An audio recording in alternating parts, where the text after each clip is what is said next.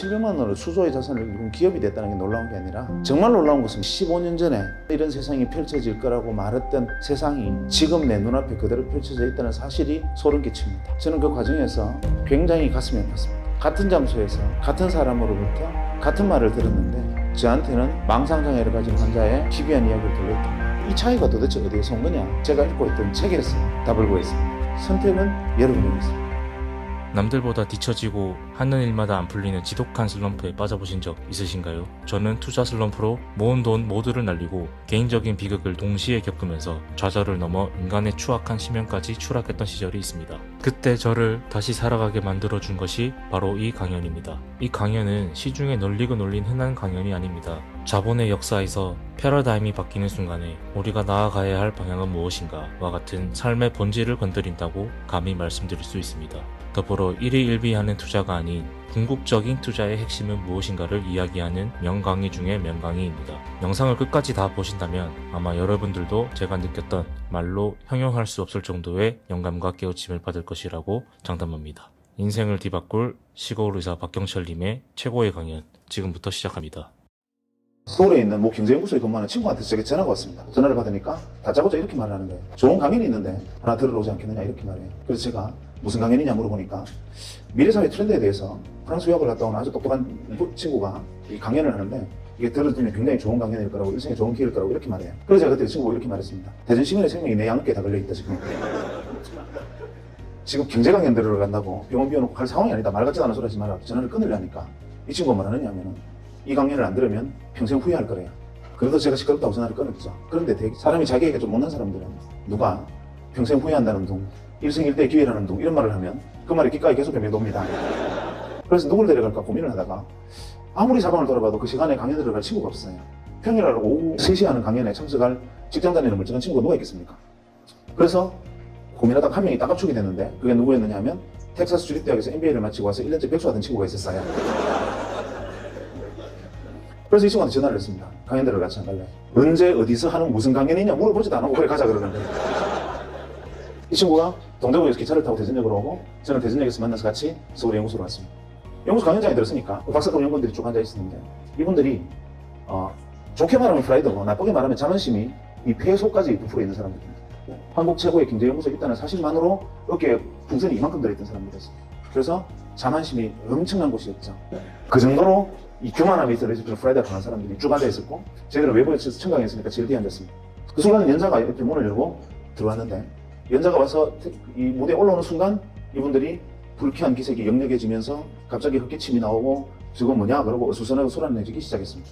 이유가 뭐냐면 연자가 복장이 너무 황당했기 때문에 그렇습니다. 그때니까 지금 13년 전이면 15년 전이면 그때는 길거리에 다닐 때 양복도 다들 검은 양복에 흰색 와이셔츠 입고 다닐 때입니다. 그런데 강연하러 와서 찢어진 청바지에 무릎이 다 나왔고 UCLA 적힌 티셔츠에 뉴욕양키스 모자를 쓰고 등장합니다. 지금도 그 연구소에는 그렇게 강연하러 가는 사람이 없습니다. 제 정도 복장도 굉장히 파격적인 복장입니다. 그런데 그런 복장으로 나타났으니까 이분들은 모욕당했다고 생각하는 거죠. 어디서 저런 낡은달 같은 놈이 강연하러 왔느냐 뭐 이런 생각을 하는 겁니다. 그래서 뭔가 불편한 기색들이 역력했는데 문제는 강연이 시작되고 터졌습니다. 강연이 시작되고 얼마 안 돼서 한 10분 정도 지나니까 뒷줄부터 한 명씩 일어서서 나가기 시작했는데 한 30분 정도 지나니까 다 나가고 저희들만 달랑 남았습니다. 그 이유는 강연 내용에 문제가 있었기 때문인데 아무리 강연 내용에 문제가 있어도 그렇지 전원이 퇴장해버리는 경우는 놀라운 일이죠. 외부에서는 저희들은 제일 뒤에 있을 때 연구소 순환버스가 안 들어오면 못 나가니까 그냥 끝까지 앉아있었고 나머지는 다 나갔습니다. 이유가 뭐냐면 이분이 들어와서 강연을 하는데 강연 주제가 기가 막혔습니다. 제일 먼저 책판에 제목을 적었어요. 뭐라고 적었냐면 WWW 이렇게 적더니만 다짜고짜 뭘 하냐면 거의 멀지 않은 미래에 이 W 세상이 온다는 겁니다. 그리고 이 안에는 은행도 들어오고 증권사도 들어오고 이걸로 핵무기도 만들고 전쟁도 이걸로 한다는 겁니다. 딱 들으면서 저는 어떤 생각을 했느냐면 저 친구 테트리스 게임 개발하다 미쳤구나. 혹은 망상장애와 같은 정신질환이 있구나 이렇게 생각했어요. 저뿐만 아니라 트렌드나 경제, 그 현상을 연구하는 전문학자들도 저는 저거 과대망상성 환자다라고 배척하고 다 일어나 나가버렸습니다. 93년도에는 이런 이야기를 하면 그것은 정신병자입니다. 그때 당시에 웹의 개념이라는 이런 그래픽 기반의 웹 서비스가 이루어질 것이라고는 아무도 상상하지 못하는 시절에 이 사람이 조만간에 그런 세상이 온다라고 얘기를 합니다. 강연이 끝나고 연자가 너무 반응들이 황당했으니까 자기도 민망해서 머리를 긁으면서 그냥 문을 열고 나가는데 아무도 박수 친 사람도 없었고 아마 그 연구소에 그 전에도 그 위에도 그런 일은 없었을 겁니다. 그래서 초대했더니 연구소 친구 보고 이따위 강연을 들으려고 지금 대전 시민을 내팽개쳐두고 내가 얘기 안 되셔야 되느냐 강연했더니만 연구소 친구가 자기도 이럴 줄 몰랐대요. 미안하다 이거야. 할 수 없다 나가서 이제 저녁이나 먹고 놀러 가자 하고 이제 일어서는 순간 갑자기 제 오른쪽에 앉아있던 백수가 자리를 팍 차고 일어서더니만 저보고 빨리 돈 10만 원만 달래야. 10만 원은 뭐하게 그러니까 너네들끼리 지금 뭐가 따로 걸어라. 나는 저 W하고 이야기 좀 하고 가야 되겠다. 따로 갈게. 경비 좀 돼. 이렇게. 그러니까 저 사람하고 무슨 얘기를 하느냐 이러니까 강연에 깊은 감명을 받았대. 내가 볼 때는 니나 자나 상태가 비슷하다.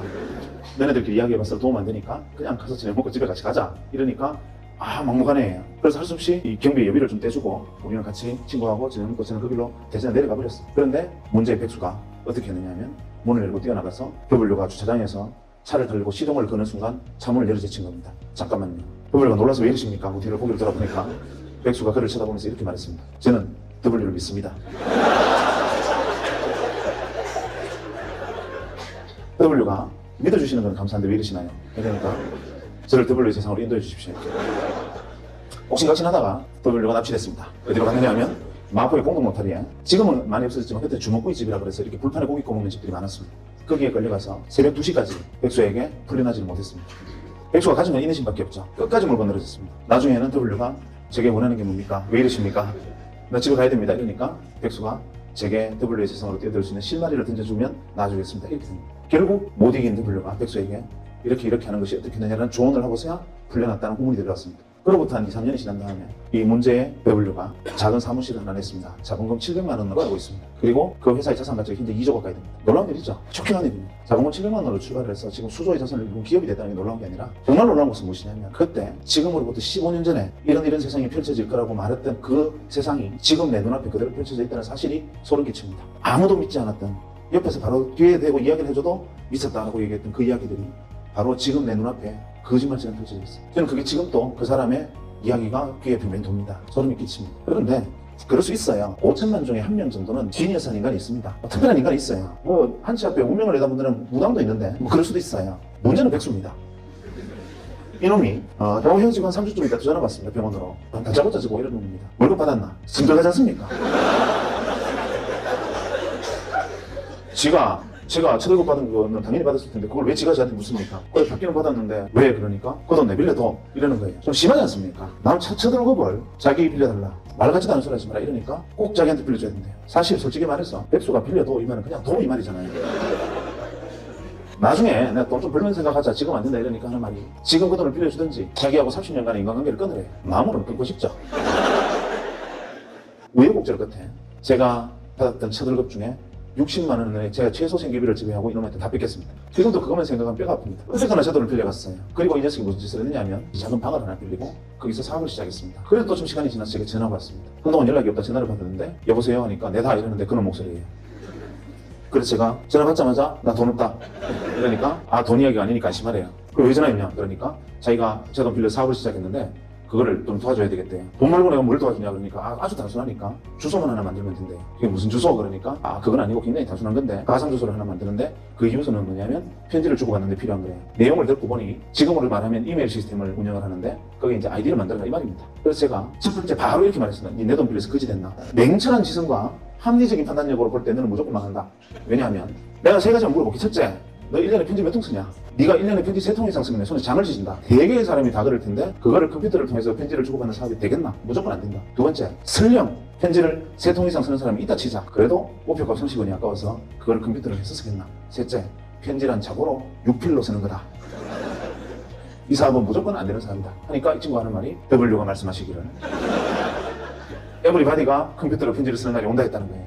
그래서 제가 그날 내가 너를 데려간 내 업보다 하고 어쩔 수 없이 아이디를 하나 만들어줬습니다. 또 시간이 흘렀습니다. 그 다음에 저희 병원에 전용선이 들어왔습니다. 어디에 전용선이 들어왔느냐? 종합병원에 전용선이 들어왔습니다. 정부기관하고 행정 전산망 사업 때문에 정부와 종합병원에 시범적으로 인터넷 전용선들이 깔리기 시작했어요. 들어오기는 들어왔는데 책상 위에 정부 지원 컴퓨터도 올라왔고 전용선이라는 게 깔려있는데 대체 이거는 쓸데가 없었습니다. 기껏 한다는 게 하이텔을 접속하는데 조금 빨랐다는 거. 그렇게 컴퓨터를 방치해두고 있는 어느 날 자기가 또 백수가 전화와서 뭘 하나 어떻게 해라 해서 그냥 뭐 어떻게 했습니다. 내려오고 난 다음에 무심코 하루는 컴퓨터를 딱 켜니까 갑자기 바이러스 먹은 것처럼 크다는 창이 하나 붕 뜨더니만 산실령 그림이 하나 나타나고 산실령이 편지를 들고 있는 그림이 나타나요. 그러면서 편지가 왔습니다 하면서 산실령이 이렇게 편지를 흔들어요. 이게 뭐야 하고 클릭을 하니까 동창회 소집 공고 제목이 이렇게 되어 있는데 이놈이 한다는 짓이 기껏 한다는 짓이 이거구나 하고 후들거리며 냉소적으로 바라보다가 잠깐 놀랐습니다. 뭐냐면 수신인이 170명, 수신인 명단에 170명으로 돼 있어요. 그래서 제가 어라? 170명한테 한 방에 다 보낼 수 있으면 이거는 뭐 그런 대로 나쁘진 않네 하고 거기다가 답장하기 기능을 통해서 모두에게 하시겠습니까? 그때만 해도 후진적으로 답장하기 모두에게 하시겠습니까? 예? 하고 나는 대전에 무슨 병원인데 너네들 어딨니? 하고 보냈더니만 이틀 만에 무려 한 7, 80명의 동창으로부터 편지가 쏟아졌어요. 나는 뭐 어디에 있다, 나는 정부에 뭐 과천에 청사에 있다 이런 식으로 막 연락이 쏟아졌는데 이거 신기하지 않냐? 되게 반응이 이랬습니다. 알고 보니 백수가 동창의 명부를 들고 정부나 대기업 종합병원 같은 데 전용선이 들어와 있을 만한 곳에 근무하는 친구들을 일일이 전화를 해서 설명하고 가입하게 하고 그 다음부터 낚시질로 메일을 계속 낚시 메일을 던지고 있습니다. 저도 더 근무했던 거죠. 그날 이후로 저희 병원이 진료가 마비가 됐습니다. 이유가 뭐냐면 저희 병원 직원들한테 소개를 했더니만 다들 메일로리에 빠져가지고 이동으로 지금 메신저를 메일을 메신저처럼 사용하는 겁니다. 그만해서 어제 저녁에 뽀뽀하는 거 봤다 이러면 선생님이나 신경 쓰세요. 뭐 이런 식으로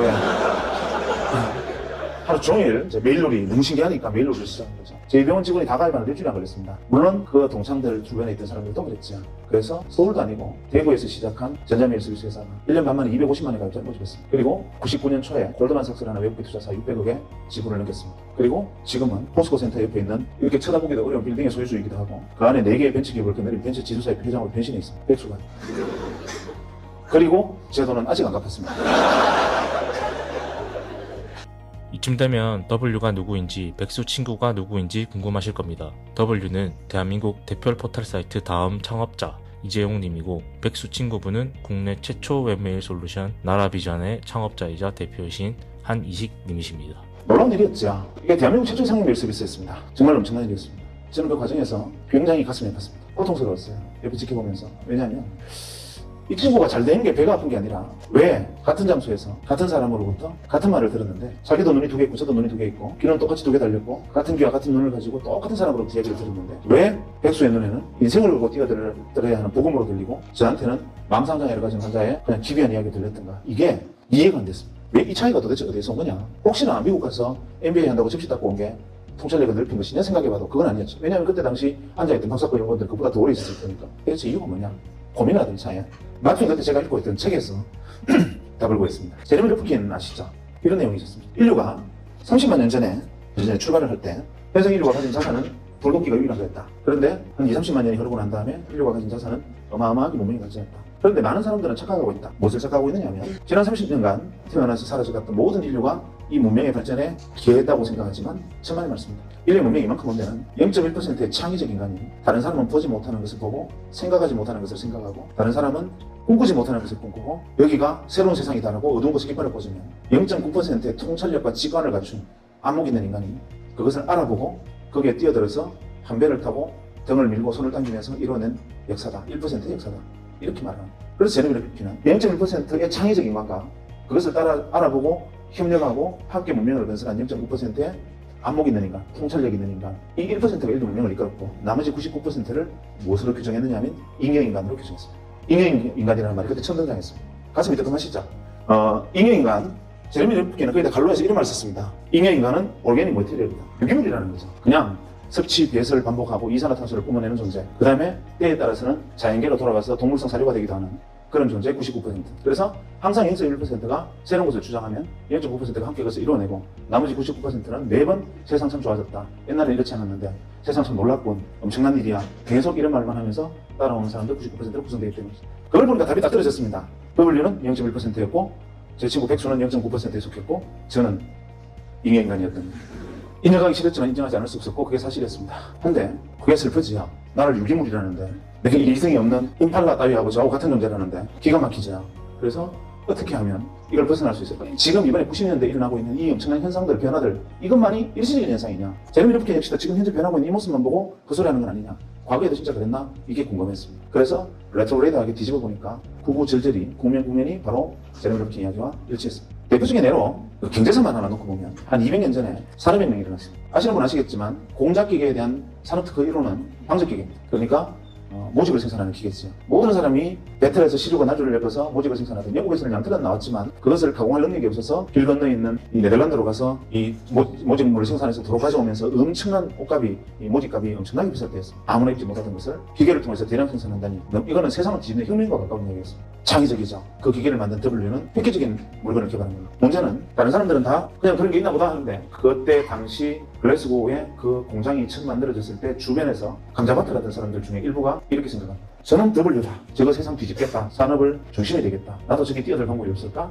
고민을 합니다. 그러다가 어디에 주목을 하느냐면 소보다께나도 기계를 만들 자가는 없으니 모직 생산이 잘 되면 아무리 기계가 잘 돌아가봐야 양털 없으면 안 된다. 대개 천재들의 가장 큰 단점은 좌우를 돌아보지 않는 겁니다. 공장은 지어놓고 양털을 어디서 가져올지도 생각을 하지 않고 우선 지금 가져오듯이 그냥 하면 되겠지 생각하지만 그것을 딱 착안한 일부 감자밭을 하던 사람들이 감자밭을 갈아엎고 양목장을 시작합니다. 모직 생산 어마어마한 속도로 인기를 끌고 양털이 대량으로 필요해지면서 어마어마한 부를 양목장주들이 가져갑니다. 뒤늦게 너도 나도 감자밭을 갈아엎고 양목장들을 하는 바람에 영국에 감자 파동이 일어나. 감자 기근으로 영국 아일랜드 같은 경우에 거의 절반이 감자 파동으로 죽는데 이유는 바로 모직 때문에. 전부 양목장을 하는 바람에 사람이 먹을 감자가 없어져서 감자 기근이 들고 결국 굶어 죽게 생긴 사람들이 감자를 훔치게 되고 결국에는 감자를 훔치면 교수형에 처한다는 법이 만들어지고 영국의 길거리에는 교수형에 처해진 몸에 드는 시체들이 줄줄이 늘린 상황. 그 가혹한 상황을 두고 토마스 모가 유토피아를 씁니다. 어쨌거나 간에 그만큼 한 명의 생각이 세상의 사회사까지 뒤집어 버립니다. 결국 양목장주들이 어마어마한 부를 축적합니다. 그때부터 시간이 다시 조금 더 흐릅니다. 1903년에 헨리 포드가 자동차라는 걸 만듭니다. 변속기, 악셀레이터가 붙어있는 이 소위 말하는 클러치 장치까지 만들어진 자동차라는 것을 헨리 포드가 개발합니다. 미국에서 제작 발표합니다. 헨리 포드가 옆에 서서 이것이 자동차다 이렇게 얘기를 하니까 미국 언론들이 그 다음날 획기적인 물건이다 라고 기사를 받은 게 아니라 헨리 포드를 조롱하는 기사들이 미국 신문을 도배를 합니다. 기사 내용은 이렇습니다. 헨리 포드는 쪼다가 자동차라는 물건을 하나 만들었는데 이거 아주 웃기는 물건이다. 왜냐하면 이거 한 대 만드는데 기차보다 돈이 더 들었단다. 기차 한 대보다 더 비싼 생산 단가로 자동차라는 것을 만들었는데 그것을 실제로 보니 기차는 100명이나 타는 데 비해서 자동차는 고작 4명밖에 못 타더라. 이딴 걸 만들어 놓고 신기술이라더니 헨리 포드가 얼마나 쪼다냐 이런 기사를 만들고 심지어는 워싱턴 포스트의 경우에는 헨리 포드가 자동차를 거꾸로 들고 벌 쓰는 그림까지 그립니다. 만평으로. 헨리 포드가 투자자를 모집하려 하는데 못 구합니다. 아무도 그 사업에 뛰어들지 않죠. 좌절하고 절망합니다. 그리고 기망록에 이렇게 씁니다. 세상의 모든 사람들이 나를 바보라고 비웃는데 나는 나를 조롱하는 사람들이 바보라고 나는 확신한다. 이유는 뭐냐면 그 사람들은 너가 자동차 한 대를 만들 때 들은 비용을 두고 비싸다고 말하지만 대량 생산하면 가격은 떨어진다. 두 번째, 기차는 100명이 탈 수 있을지는 모르나 기차는 단점은 정해진 시간에 정해진 길밖에 가지 못한다. 하지만 내가 만든 자동차는 원하는 시간에 원하는 곳에 마음대로 갈 수 있고 기차가 다니지 않는 모든 도시를 연결해서 세상을 물려놓고 뒤집을 거다 라고 헨리 포드는 피눈물을 흘리면서 기망록에 세상과 정하는 글을 씁니다. 근데 그리고 나도 자동차 산업에 뛰어들어야 된다. 저거 획기적이다. 헨리 포드 말이 맞다. 이렇게 생각을 하는데 문제는 이게 안 되니까 뛰어들 방법이 없습니다. 다행히 돈은 있었습니다. 집안에 스비에서 지분이 있었고 우리 식으로 치면 H그룹의 그 주먹질 잘하는 회장님 아들 정도 되는 그런 정도의 위상이었다고 보면 됩니다. 그런데 어쨌거나 간에 본인은 낡은 달에 가까웠는데 이 낡은 달이 갑자기 전기가 스치면서 무릎을 칩니다. 이거 획기적이다. 뛰어들어야 된다. 이렇게 생각하는데 어떤 방법으로 뛰어들 것이냐 고민을 하다가 어디에 주목하느냐 하면 양목장주처럼 자동차가 물러가나 여기에 주목을 합니다. 헨리 포드 자동차가 불과 10대도 생산되기 전에 8개의 주유소를 만듭니다. 그로부터 3년의 세월이, 4년의 세월이 흐른 후에 1907년에 드디어 대량 생산 모델 포드 T카라는 게 세상에 선보입니다. 그게 여러분들이 알고 있는 매뉴팩처 시스템의 표시입니다. 그래서 대량 생산에서 가격이 낮춰진 근대적 개념의 자동차들이 쏟아져 나오고 그로부터 20년간 전 세계가 자동차 산업으로 뒤집힙니다. 문제는 차를 사서 몰고 나오면 기름을 넣을 데가 없습니다. 그 사람이 선점한 주유소, 새로 만들어진 도로마다 이미 선점 효과 때문에 계속 이 사람이 주유소를 늘려가고 정유공장 지분을 넓혀갑니다. 1940년대 중반까지 미국 전체 주유정유 시장의 94%를 독과점 해버립니다. 미국 사람들이 못 살겠다. 한 사람이 저걸 독점하고 있으니까 우리 도저히 견딜 수 없다. 그래서 미국 사람들이 견디다 못해서 의회에 청원을 하고 미 의회가 이 한 사람을 겨냥한 법을 만듭니다. 독과점 풀어라. 그것이 여러분이 알고 있는 공정거래법입니다. 놀라운 일이었죠. 이 사람은 전 세계의 부를, 전무후무한 부를 긁어모읍니다. 록펠러입니다. 그리고 오늘날까지도 그 시대의 주인이 됐던 록펠러의 영향을 아직까지 미칩니다. 또 10년 정도 세월이 흘러 세계대전이 벌어집니다. 1, 2차 세계대전이 벌어지는데 통신이 문제입니다. 우리가 교신을 하면 적군이 교신을 듣고 우리가 대장님 폭격할까요? 그러면 적군이 듣고 있다. 쟤들 폭격한다. 숨어라 이런단 말이에요. 그때 그것을 보고 이거 지극히 단순한 건데 하고 인터폰 회사를 하던 친구가 전화선 끊고 어차피 음성을 코딩하고 디코딩 넘기는 게 다인데 이거를 주파수를 넘기면 무전기라는 것을 만들겠다 해서 무전기를 만들고 대량으로 전장에 납품을 합니다. 그야말로 대박이 터집니다. 단순한 발상의 전환으로. 그리고 오늘날의 모토로라가 그거로 시작됩니다. 또 10년이 흘러서 트랜지스터라는 걸 개발합니다. 사람들이 만들었나 보다 이러고 있을 때 이 트랜지스터를 이용하면 진공관을 대체하는 전자산업이 발달할 수 있겠다고 믿고 거기에 뛰어드는 그 당시 중소기업들, 그 당시 전자회사들 중에 선점에서 뛰어든 수많은 0.9% 기업들이 있었습니다. 이때 그것을 보고 이것이 이 강당만한 애니악 대신에 개인의 책상 위에 올려놓을 수 있는 컴퓨터를 이걸로 만들 수 있겠다고 생각하고 창고에서 조립해서 퍼스널 컴퓨터를 만드는 사람이 생기고 그것으로 다시 80년대가 컴퓨터의 시대로 또 한 시대를 업그레이드하고 새로운 문명이 발달하고 시대의 주인들이 무수히 등장합니다. 그리고 90년대 제가 만났던 바로 그 시대가 돌아왔습니다. 그러고 보니 몇십 년마다 계속 기회를 주어지고 기회를 만들어내는 0.1%와 창의적 인간과 그것을 알아보고 잽싸게 뛰어드는 통찰력 있고 직관이 있고 안목 있는 인간, 나머지 99%들이 계속 세상 살만해라고 외치는 99%들이 끊임없이 반복되어 왔던 것이라는 것을 뒤늦게 깨달았고, 저도 그때 뒤늦었기는 했지만 0.9%가 되고 싶었는데 도저히 제 눈에는 뭐가 떠버린지 보이질 않았습니다. 그러던 차에 문재 원장님이 저를 불렀습니다. 원장실에 들어갔더니만 박 선생, 그동안 우리 병원이 초기 개원해서 어려운 시절에 고생했는데 선물 하나 줄게 이러십니다. 뭡니까 하니까 서랍을 쓱 여시더니만 시커먼 물건 하나 그 책상 위에 탁 올리시더니 이건 자네 해라 이러는 거예요. 핸드폰이었습니다. 그때 핸드폰은 어떤 물건이었냐면 핸드폰을 들고 로데오 거리를 지나가면 페라리 오픈카를 타고 지나가는 것과 똑같은 시선을 받았습니다. 그 핸드폰을 들고 그때 가입비가 한 250만 원, 기계값도 그에 준하는 만큼 비쌀 때였고 그걸 현재 돈으로 환산하면 거의 그랜드 한 대 값입니다. 그것은 아무나 들고 다니는 물건이 아니었습니다. 그것은 뭐 재벌그룹 회장 정도나 들고 다니는데 저는 그때만 해도 원장님이 그걸 저한테 주시는 순간 내가 이 병원에 뼈를 묻겠다고 생각했습니다. 그걸 들고 대전역에서 기차를 타면 난리가 납니다. 제가 3시 기차를 타면 간호사들 보고 3시 5분에 전화를 하라 그럽니다. 기차가 그 출발할 때쯤 되면 3시 10분만 되면 옵션을 통과하면 전화가 안 됩니다. 딱 3시 5분에 전화해야만 통화가 됩니다. 대전권에서만. 그래서 기차를 타서 자리에 앉아서 기차가 들크덩 하는 순간 전화벨이 울립니다. 가방을 열고 전화를 꺼내서 뚜껑을 열고 여보세요 하는 자리에서 일어서는 순간 쓰러집니다. 그냥 영화 찍습니다. 그러면 그 안에 있는 모든 승객의 시선이 저한테 꽂히면서 어떻게 저런 분이 기차를 다 타셨을까? 소박도 하시지 이런 눈빛으로 그런 물건이었어요. 그거를 들고 그냥 친구들 모임에 가서 자랑을 했습니다. 너네들 이게 뭔지 아냐? 핸드폰인데 구경해봤나? 이러니까 다들 막 신기해서 막 만지는, 이제 애들이 만지는 걸 보고 제가 이렇게 말했습니다. 야, 지금은 우리가 삐삐를 차고 다니지만 그리 멀지 않아서 언젠가 이놈도 좀 싸지면 우리도 핸드폰 다 들고 다니는 시절이 오지 않겠냐? 이렇게 무심코 말을 했는데 제 친구들이 전부 다 하나같이 무슨 소리 하느냐는 거예요. 바보 아니냐는 겁니다. 왜냐하면 7,000원만 내면 삐삐를 주고 한 달에 2,000원, 3,000원만 내면 한 달 내내 마음대로 쓸 수 있고 말하도 가도 삐삐가 터지는데 뭐 하려고 그 큰 거를 들고 다니면서 비싼 통화를 보면서 들고 다니느냐. 삐삐만 해도 충분하다. 이건 핸드폰이라는 것은 상용화될 수 있는 물건이 아니다. 다들 놀랍게도 전원이 반응이 그랬어요. 그 순간 대답을 기시감을 느꼈습니다. 이거 어디서 봤는데 이 장면을 내가 어디서 지금 예전에 어디서 한번 경험한 듯한데 이게 뭐지? 하고 생각해보니까 예전에 해리포터의 자서전에서 읽었던 해리포터 이야기를 100년이 지난 다음에 자동차 대신 핸드폰이 되고 서로 친구들과 제가 이야기를 주고받고 있다는 사실을 깨달았습니다. 그래, 이게 W구나. 갑자기 눈이 번쩍 뜨는 거죠. 그리고 뒤도 돌아보지 않고 병원으로 달려가서 총무과에 전화를 했습니다. 이거 어디서 샀느냐 물어보니까 한국이동통신 주식회사라는 회사가 있는데 거기 가입을 했고 기계는 모토로라는 미국 회사네. 그 길로 이게 뛰어들어야 된다 생각을 했지만 뛰어들 방법이 없죠. 배운 거는 칼질하는 것밖에 없는데 제가 그걸 할 수 있는 방법은 없고 그렇다고 가운 벗고 이동통신 대리점할 수도 없고 이걸 어떻게 하면 될까 생각을 고민하다가 이 회사의 주식을 사면 되겠다. 이 회사에 주식 투자를 해보려고 주식을 사보려고 보니까 공기업이라서 거래가 안 돼요. 그때 한국이동통신, 지금 SK텔레콤 전신은 공기업이었습니다. 그런데 마침 SK그룹으로 넘어간다는 소리에 한국이동통신 주식회사를 다니던 사람들이 자기가 가지고 있던 자사주를 명동 사채시장에 내다 팔고 있었어요. 저는 사실 그때 그 내용을 정확히는 이해를 못했지만 왠지 뛰어들어야 된다고 생각했고 가서 월급만 받으면 제 생활비를 제하고는 가서 무조건 그때 그 한국이동통신 자사주를 샀습니다. 그리고 바로 얼마 안 돼서 SK텔레콤으로 SK로 넘어가서 SK텔레콤이 되고 주식시장에 상장이 됐는데 무려 6만 5천 원이 된 거예요. 야, 이거다 라고 생각을 했으나 W에 올라탔는데 3배의 수익을 냈다는 것 자체로 W라고 보기 좀 어렵지 않습니까? 그래서 이게 W가 아니었나? 이렇게 생각하다가 아니야, W 맞을 거야 생각하고 그래도 6만 원을 해도 사자 하고 월급 생기면 주식을 샀습니다. 주식을 산 게 아니라 사실은 제가 순간 믿었던 W라는 곳에 뛰어드는 샵이 티켓으로 생각하고 그냥 샀죠. 3, 4년이 지난 다음에 99년 말에 이제 한 시대가 끝났구나, 이제는 그만하자 하고 털고 나올 때 그걸 다 주식을 매도할 때 520만 원이 돼 있었어요. 그러니까 2만 원에 산 주식이 520만 원이 돼 있었던 거죠. 세상 사람들이 저보고 그때부터 주신이라고 불렀습니다. 주식 투자의 대가다. 저는 억울했습니다. 나는 주식 투자를 한 게 아니고 정말 내가 그 순간 우연히 다행스럽게 지나가는 마지막 W 버스를 아슬아슬하게 뛰어들어서 범퍼 위에 올라타서 딱 붙어서 그 버스에 올라타고 다행히 다음 정거장으로 갈 수 있었던 것 뿐인데 그거를 주식 투자라고 오해를 했습니다. 그래서 모 방송국에서 의사 한 사람이 이동통신 주식을 사서 대박 터졌다라는 소문을 듣고 왔다고 취재를 요청하는 거예요. 저 아닙니다. 어느 물어봐서 제가 핸드폰 하게 생겼습니까? 이렇게 거절을 했었는데 알고 왔다는 거예요. 그래서 혹시나 그냥 나갈까봐 약속을 했죠. 그것이 알고 싶다처럼 탁장 밑으로 다리만 찍고 이름하고 이름 소속은 바꿔서 나가기로 하고 이제 슬리퍼 신은 발만 밑으로 이제 찍기로 하고 했습니다. 그런데 그날 저녁에 뉴스에 의사 출신 주신 이래가지고 얼굴까지 홀라당 다 나와버렸어요.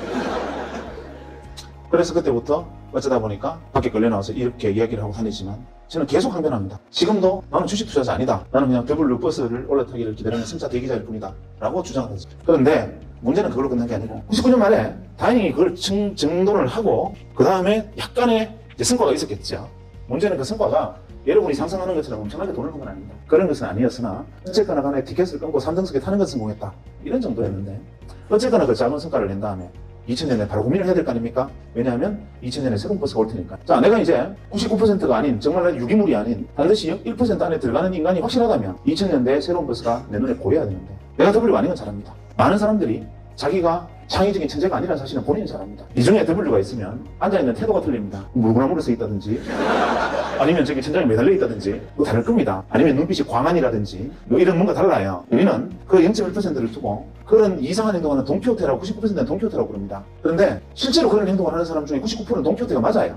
그게 문제입니다. 그러니까 일개 사단에 돈키호테가 있으면 한 명이 W고 나머지 9,999명은 진짜 또라이거든요.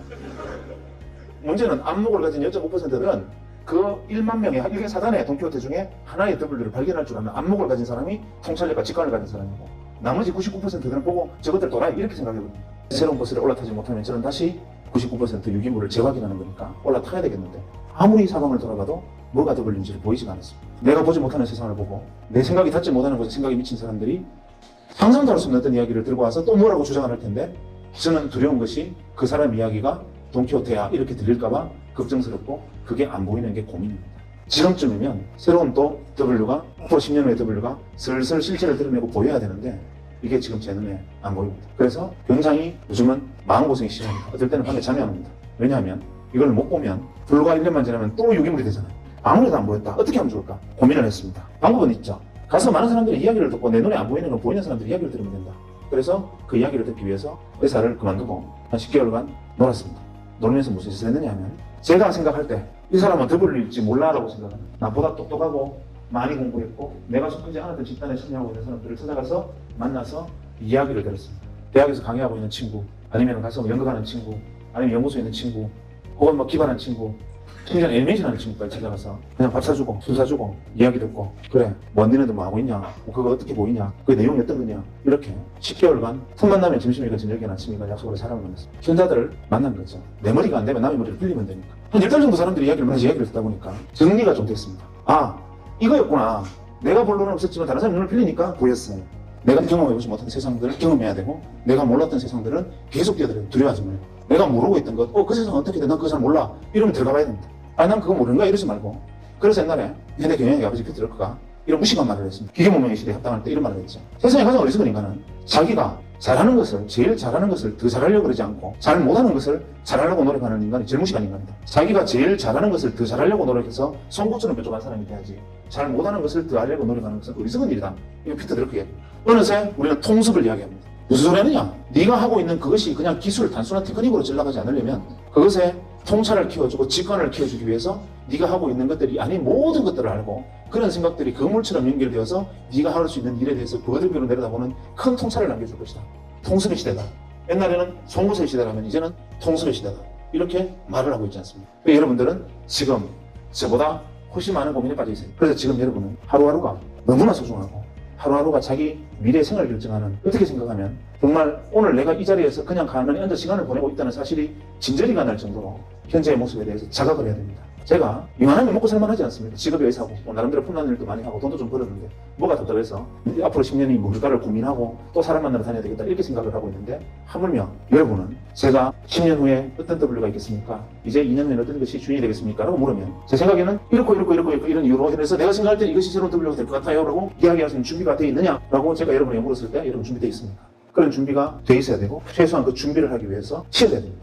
그러기 위해서는 자각과 자기 이해가 필요하고 자기를 철저하게 치열하게 사랑해야 되고 자기를 믿어야 됩니다. 그래서 자기 안에 있는 창의성, 나를 아끼고 사랑하면 내가 가지고 있는 버려진 재능들이나 내가 가지고 있는 작은 것들이 남들이 인정해주지 않는 것 하나하나가 소중하고 그 안에서 내가 잘할 수 있는 것들을 찾아낼 수 있고 그것이 어쩌면 시대의 주인으로 나를 만들어줄지 모릅니다. 제일 중요한 것은 그래서 자기를 사랑하는 거고 그 마음으로 다른 사람을 사랑하고 그 생각들이 여러분의 미래를 만듭니다. 지난해 타임즈의 표지 모델이 누구였든지 기억하고 계시죠?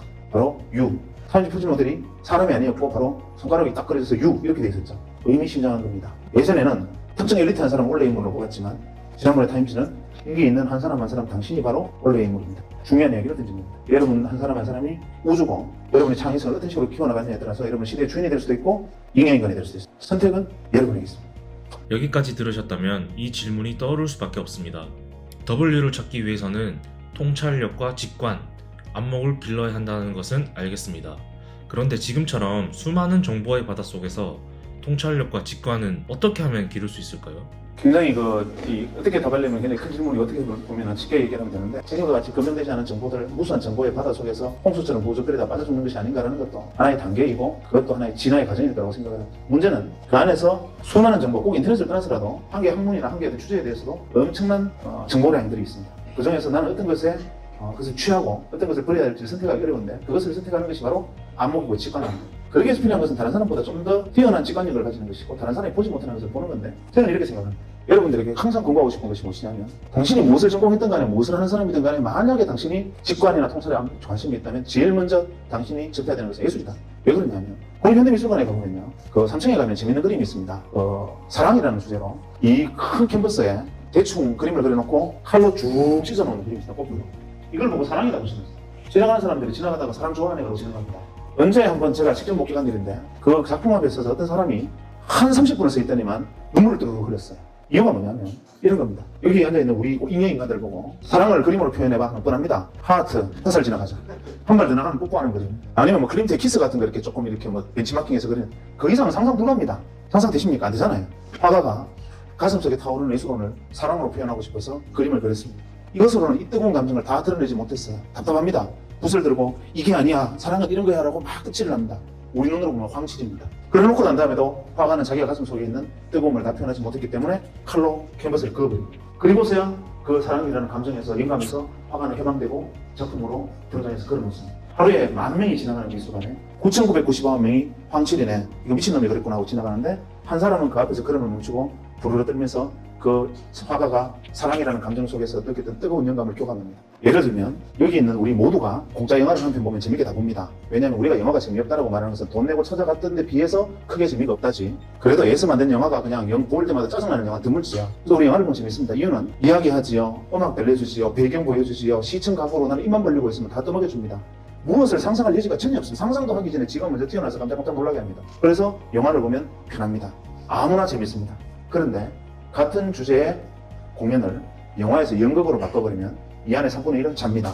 왜냐하면 배경이 사라지고 정해진 고정된 배경 안에서 두 사람의 대화와 몸짓만으로 효과가 사라진 상태에서 이야기를 하면 우리는 어느새 그것을 받아들이고 영감을 이해하고 받아들이는데 나는 저해감을 느끼는 겁니다. 그것까지는 또 괜찮습니다. 사랑이라는 주제로 연극에서 다시 발레로 가면 이 중에서 2명 빼고 다 잡니다. 왜냐하면 사랑을 표현하는데 말 한마디 없이 갑자기 둘이 막 이렇게 나와서 한 바퀴 빙그러 돌고 픽 쓰러져 버리는 겁니다. 그리고 사랑이라는 거야. 이해가 안 되죠. 왜냐하면 우리는 생략에 익숙지 못하고 풍부하게 들려주는 것에만 익숙해져 있어요. 단순하게 말해서 요즘 여러분들이 애정을 표현하는 방식도 그래요. 이벤트 한다고 사장을 고백하면서 식당 레스토랑 하나 빌려가지고 애들 별로 막 올라와서 사랑해 글씨 막 올라오잖아요. 그 이벤트의 크기만큼 사실 당신을 사랑하지 않는다는 말입니다. 무슨 말이냐면 내가 눈빛으로, 내가 느낌으로, 내가 당신과 같이 내지는 교감으로 그 사랑의 마음을 다 보여주지 못했기 때문에 보여주지 못한 것이 안타까워서 그야말로 생쇼를 하는 겁니다. 가식을 하는 거죠. 눈빛만 보아도 이 사람이 나를 사랑하는지 사랑하지 않는지, 스치만 가도 지나가는 돌뿌리를 하나 발라차도 그냥 돌을 차고 지나가는 사람과 그 밑에 있는 개미들이 평화가 깨질 것이라고 믿는 사람들, 이렇게 생각하는 것이 다르고 영감과 다르고 포착이 틀리고 감각이 틀립니다. 그래서 여러분들이 살아있는 오감과 육감을 다 깨워야 되고, 지금 여러분들이 의자에 앉아 있으면서 엉덩이가 의자에 눌려가지고 엉덩이가 무거운 느낌을 제 말을 들으면서 느끼지요. 왠지 갑자기 엉덩이 압박감이 오지 않습니까? 그런데 우리는 어느새 이런 것들을 잃어버리고 삽니다. 그냥 귀만 귀, 눈만 눈 쉽게 보여주는 것들 보면서 나머지 감각을 잊어버려 사는데 온몸의 감각이 시퍼렇게 살아있어야 됩니다.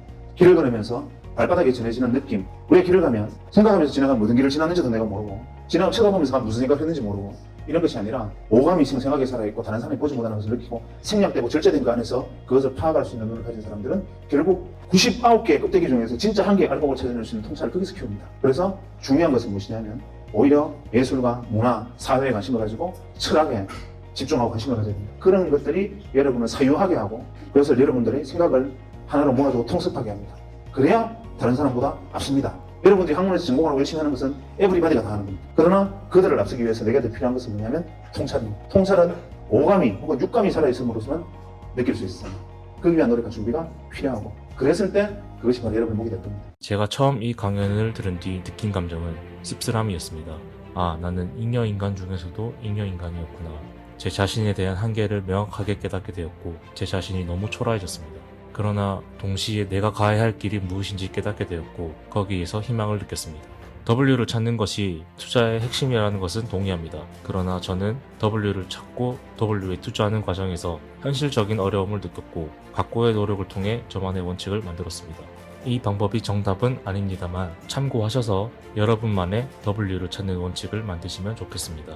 먼저 내가 하고 있는 일, 나의 관심사, 나의 취미 등 내가 속해 있는 분야에서 W를 찾아보세요. 0.1%의 W는 혁신입니다. W를 알아보고 영향을 받거나 투자를 하거나 따라가는 0.9%는 패스트 팔로우고요. 이 메커니즘은 기술 분야뿐만 아니라 모든 분야에서 적용됩니다. 예를 들어볼까요? 음악에서의 W는 비틀즈가 있죠. 비틀즈의 충격적인 데뷔 이후 0.9%의 패스트 팔로우들이 영향을 받았고 결국 영국 밴드들이 미국을 시작으로 전 세계를 지배했던 적이 있습니다. 패션에서 W는 에디 슬리먼이 있습니다. 남성복은 에디 슬리먼 이전과 이후로 나뉜다고 할 정도로 엄청난 혁신을 일으켰습니다. W는 각 분야에 숨겨져 있습니다. 그러나 우리는 모든 분야에서 통달할 수 없습니다.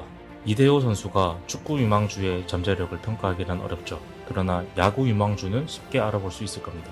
이처럼 나의 일, 나의 취미, 나의 관심 분야 등 내가 속해 있는 영역에서 W를 찾는 것이 더욱 확률이 높습니다. 혁신적인 W를 찾았다고 합시다. 그런데 이 기업의 주가는 언제 오를지 아무도 알 수 없습니다. 즉 W에 대한 투자는 장기 투자가 될 가능성이 높습니다. 한 스토리를 통해서 장기 투자의 어려움을 말씀드릴게요. 미래의 W를 전기차라고 생각한 명수 씨가 월급의 일부를 2차 전지 관련주에 투자를 하려고 합니다. 1년, 2년, 3년 아무리 기다려도 주가는 오르지 않습니다. 결국 명수 씨는 결혼, 내 집 마련, 출산 등 목돈이 들어갈 일이 많아지자 손해를 감수하고 매도하였습니다. 10년 후 그 종목의 주가는 미친듯이 오릅니다. 명수 씨의 속은 타들어갑니다. 이런 스토리 많이 보셨죠? 장기 투자는 시간과의 싸움입니다. 장기 투자의 결실을 보기까지 내 고정 월급의 일부가 묵히게 되고 수익률도 마이너스가 되는 것이죠. 에코프로를 한번 볼까요? 에코프로의 차트를 보세요. 에코프로는 2007년에 상장되었고 2017년이 되어서야 본격적으로 주가가 오르기 시작합니다. 대부분은 이 10년의 기간을 견딜 수 없습니다. 그러나 해결 방법은 있습니다. 내 월급이 아닌 다른 곳에서 추가 수입을 만들고 그 돈으로 W에 투자하면 됩니다. 그렇게 되면 내 월급에는 아무런 마이너스 없이 꾸준한 장기 투자가 가능하게 되죠. 온라인 부업, 아르바이트 모두 괜찮습니다. 추가적인 캐시플로우를 만드세요. 저는 파동에너지 이론에 기반한 차트 투자로 캐시플로우를 만들고 있습니다. 비록 소액 투자이긴 하지만 정확한 타점에서 안전하게 매매를 할 수 있으니 모이면 꽤 큰 투자금이 되더라고요. 그 돈으로 제가 발견한 W에 모두 투자하고 있습니다. 제 방법은 여기까지입니다. 무엇이 됐던 자신만의 기준을 만들어야 됩니다. 좋은 책, 뛰어난 사람, 예술과 철학을 공부하여 내 모든 감각을 날카롭게 만들어 W를 찾으세요. 그리고 현실적으로 W에 투자하는 시드머니까지 해결하는 것이 평범한 우리가 W에 탑승할 수 있는 방법이 아닐까 싶습니다. 파동에너지 이론에 대한 정보는 영상 더보기란에 남겨놓겠습니다. 감사합니다.